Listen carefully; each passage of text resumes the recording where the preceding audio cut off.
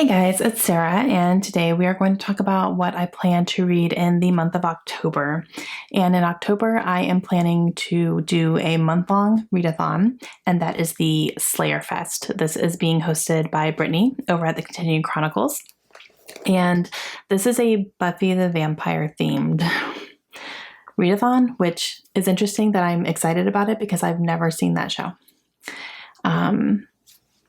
Yell at me. It's fine. Brittany has already yelled at me because I have not seen it. I've only seen like the really bad 90s movie with Luke Perry. That's the only one that I've seen for Buffy, but I have not watched the TV show. Maybe this will get me to get interested in it. We'll see. But I love Brittany and I wanted to definitely support her. And I really like the premise of this. I like that. I just like the way that it's set up. So I'm definitely going to be participating in it. And then anything else that happens will happen. We're just going to see. I'm trying to decide if I'm going to pick a TBR jar pick or not. I'm not sure because I do have this Slayerfest includes 10 books. So that's kind of like a lot in a month, even for me. So I think I'm just going to probably leave it at this for now. And then we will get back to the TBR jar come November. I think is probably what's going to be the easiest or smartest way to do it. So basically the way that this readathon is set up is that it goes for the entire month. So it's the 1st through the 31st.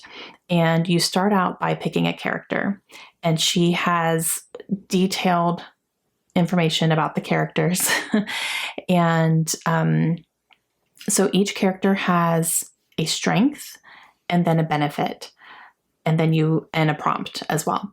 So you pick a character and then you find out what their strength is. And based on their strength, you get some sort of benefit throughout the readathon that can help you in certain things. Some of them you can skip certain prompts. Some of them you can double up and things like that. So it just depends on the character that you pick. And then each character comes along with a prompt as well. So you read a book for that character. After you pick your character and you read your book, you start on the map. And it takes you through different locations that are within Buffy the Vampire Slayer. And each location you meet a big bad, which I don't really know what that means. I'm guessing like an enemy or something that you have to defeat. And you get a prompt with that. And so the whole premise is you have to go in order, though. You have to follow the map and you have to go in order. You can't skip around. You can't skip them. You can't double up. You have to like go in order that way. So, So I'm going to participate and I'm really excited about it. And I will leave the announcement video from Brittany down below so you can go and check that out and get all the goods there. Okay, so Brittany did not have a map like created at all, but I made my own. So it's very simple. I just printed out like images of the like locations from the show. I just Googled them and cut them out really small. And then I stamped like a little circle so I can kind of check it off when I'm there. And then I wrote down where the location is. And then as I pick the books, I will write in what the book is as I finish them. And then on the opposite side here, I have Slayerfest and I have all the prompts and everything. So, okay, here we go. The first prompt is your character. So my character, I picked Buffy because I know who she is and everything's good. Now, Buffy is the hero.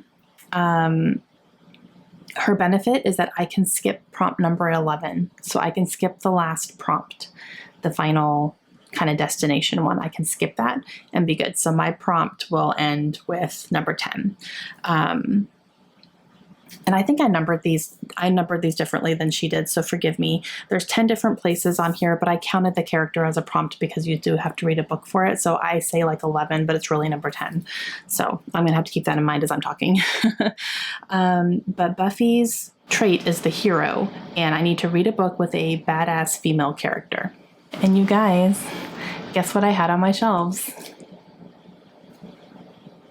Slayer by Kirsten White, which is a book about a vampire slayer set in the Buffy universe. Like, I can't make this up.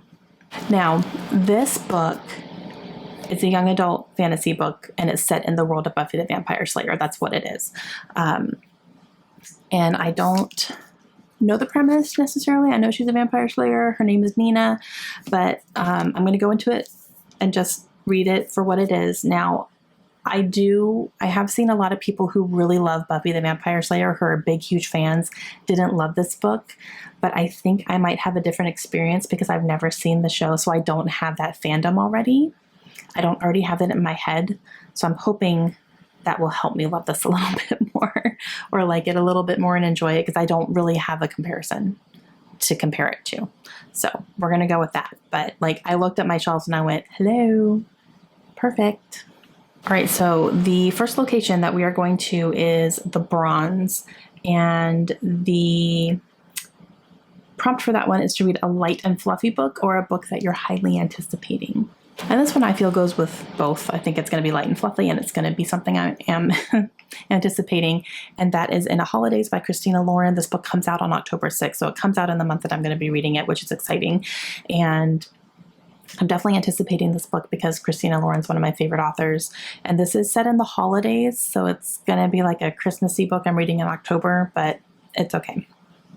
And this follows it's one of those tropes where someone is reliving the same day over and over again, and it is set in the holiday time. So I'm excited to see what it's all about.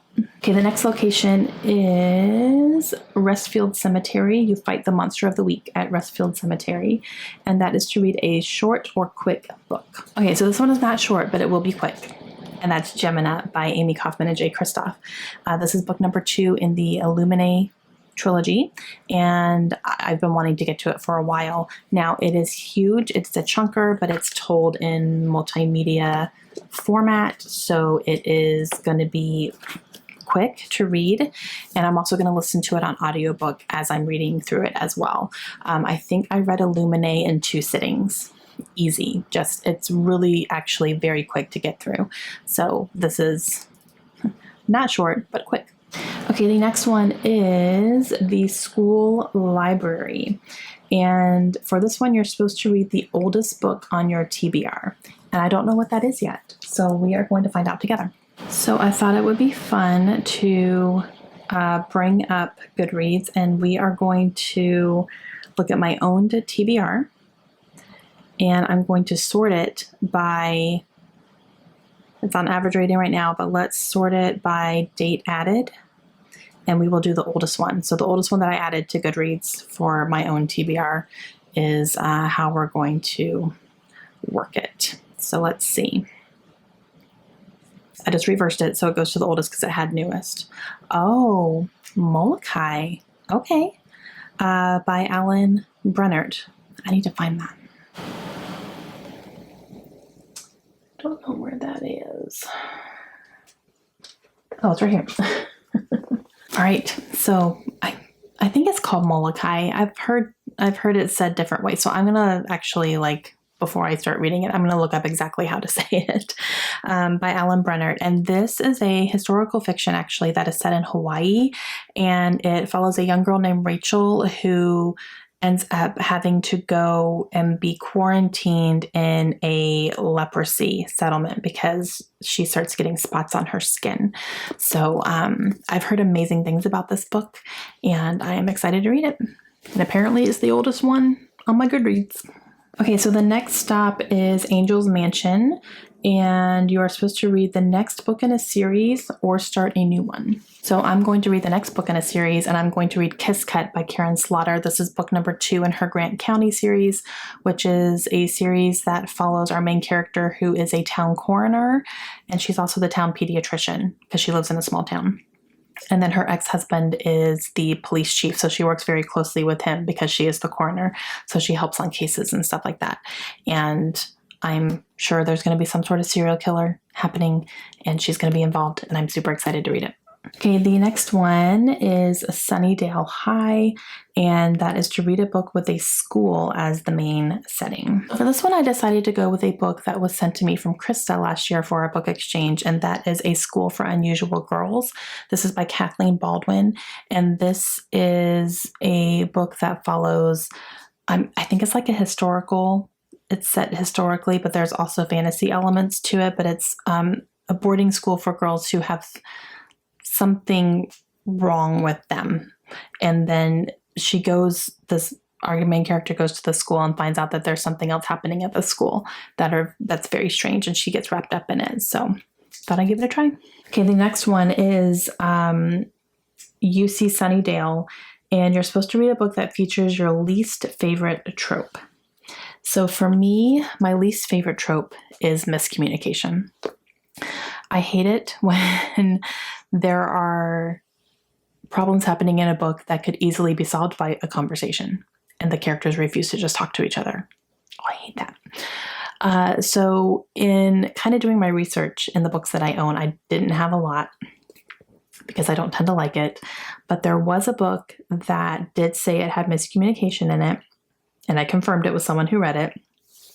And that is The Friend Zone by Abby Jimenez. And this one I have on audiobook, so I will listen to that. I have that through Libro FM, so I will listen to that one when that prompt comes up. So that was the one that I could kind of pick out that, okay, this one does have a miscommunication trope. I've confirmed it, and it's an audiobook, so it'll actually go pretty quickly. Okay, and prompt number 8 is The Tower. So you are supposed to read a book outside of your comfort zone. And this one I might have some options. So the one that I pulled from my shelves is The Ocean at the End of the Lane by Neil Gaiman, because this is like a magical realism type thing, and I'm not super comfortable. It's just not something I tend to gravitate towards, and all that. It's not always something that I love, but this is super duper short, ridiculously short. And I do love Neil Gaiman. However, I also have a really large horror manga on hold at the library for me that I'm going to go pick up here soon. And I was going to read that, buddy read that with Bobby from Bobby Reads Too Much. We talked about buddy reading that together. So it might depend on where Bobby is in her reading, if she's ready to read it at the time that I'm ready to read it, since I have to go in order. So if she wants to read it ahead of time or after or whatever, then I can pick this one up instead, and it's super short and I'll get through it really quickly. Or if I'm ready to read this prompt and then she's ready to read the manga with me, then we can just do that together. So we'll see how it goes, but one of the two will be in that one. Okay, so the next stop is The Magic Box, and you are supposed to read a book written in prose or that features music as a plot line. So the one on my shelves that really stood out to me that I could use for music is The Savage Song by Victoria Schwab. And I know that this focuses heavily on music as kind of a magical element from what I'm remembering as hearing people talk about it. Yeah, but I've heard really good things about this one.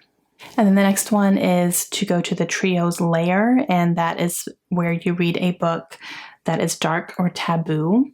And for this one, I'm going to go with the book that was picked for the Random Reads Book Club, which I have been participating in. This is a book club hosted on Goodreads through Vicky from Vicky's Book Nook and Bobby from Bobby Reads Too Much. And the October pick is The Hunger by Alma Katsu.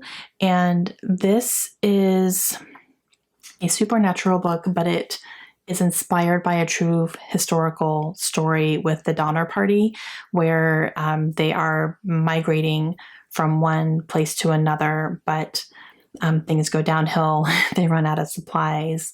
They start eating each other. That was the whole thing with the Donner Party. So it's based on or inspired by the real people, and they're actually even named the Donners. But it takes a supernatural element in this one. So I'm going to say this is a dark read.